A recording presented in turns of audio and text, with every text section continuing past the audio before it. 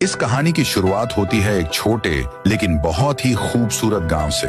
ये गांव पहाड़ों के बीच बसा हुआ था, लेकिन यहाँ के लोगों की जिंदगी जानवरों से भी बदतर थी। ज्यादातर लोग सड़कों पर भीख मांगकर या छोटी मोटी मजदूरी करके अपना गुजारा करते थे। इसी गांव में रहता था एक लड़का, रायस्टार। वो भी गरीब था, लेकिन उसका दिल सोने का था। उसके दिमाग में हमेशा एक ही बात घूमती रहती थी, मुझे अपने गाँव के लोगों की जिंदगी बदलनी है। हर हाल में एक रात गांव के कोने में बनी एक पुरानी झोपड़ी में तीन दोस्त चुपचाप बैठे थे, रायस्टार, ज्ञान भाई और अज्जू भाई। चारों तरफ अंधेरा था, लेकिन इनके दिमाग में एक बेहद खतरनाक योजना बन रही थी। रायस्टार बोला, देखो, अगर हमें अपने गांव के लोगों के लिए कुछ करना है तो हमें पैसा कमाना होगा। तुम्हारे पास कोई आइडिया है? ज्ञान भाई बोला, तो क्यों ना हम एक बैंक को टारगेट करें, वहाँ बहुत सारा पैसा होता है। अज्जू भाई बोला, प्लान तो बढ़िया है, लेकिन बहुत खतरनाक भी है। इसके लिए हमें रात में निकलना पड़ेगा और चेहरों पर मास्क भी पहनना होगा। बैंक में मेरा एक दोस्त है, वो छोटू, वो हमारी मदद करेगा अंदर जाने में। तीनों ने एक दूसरे की तरफ देखा और फैसला हो गया। रात के अंधेरे में तीनों दोस्त एक काली बाइक पर निकले, चेहरों पर काले मास्क। जिस बैंक को चुना था वहाँ बाहर गार्ड था, उनका पुराना दोस्त छोटू।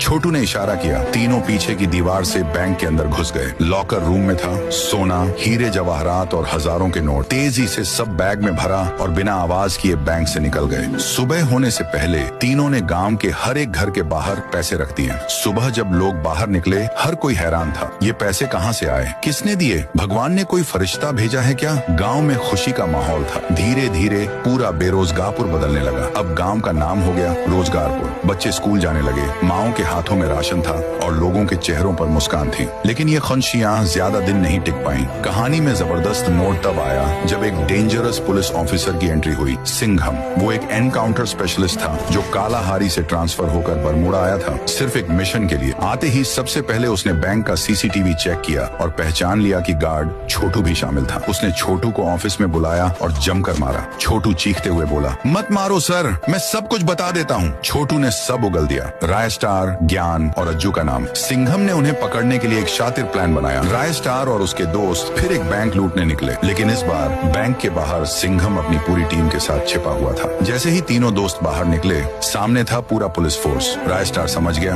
अब नहीं बच पाएंगे। तीनों ने नीचे जमीन पर घुटने टेक दिए और खुद को सरेंडर कर दिया। लेकिन सिंघम का मकसद कुछ और था। वो आगे आया, अपनी गन रिलोड की और रायस्टार के सामने ज्ञान भाई और अज्जू भाई को गोली मार दी। दोनों जमीन पर गिर पड़े। रायस्टार की आंखों से आंसू निकल पड़े। सिंघम बोला, अब तेरी बारी है। उसने रायस्टार के सिर पर बंदूक रख दी और रायस्टार भी अपने दोस्तों के साथ जमीन पर गिर जाता है।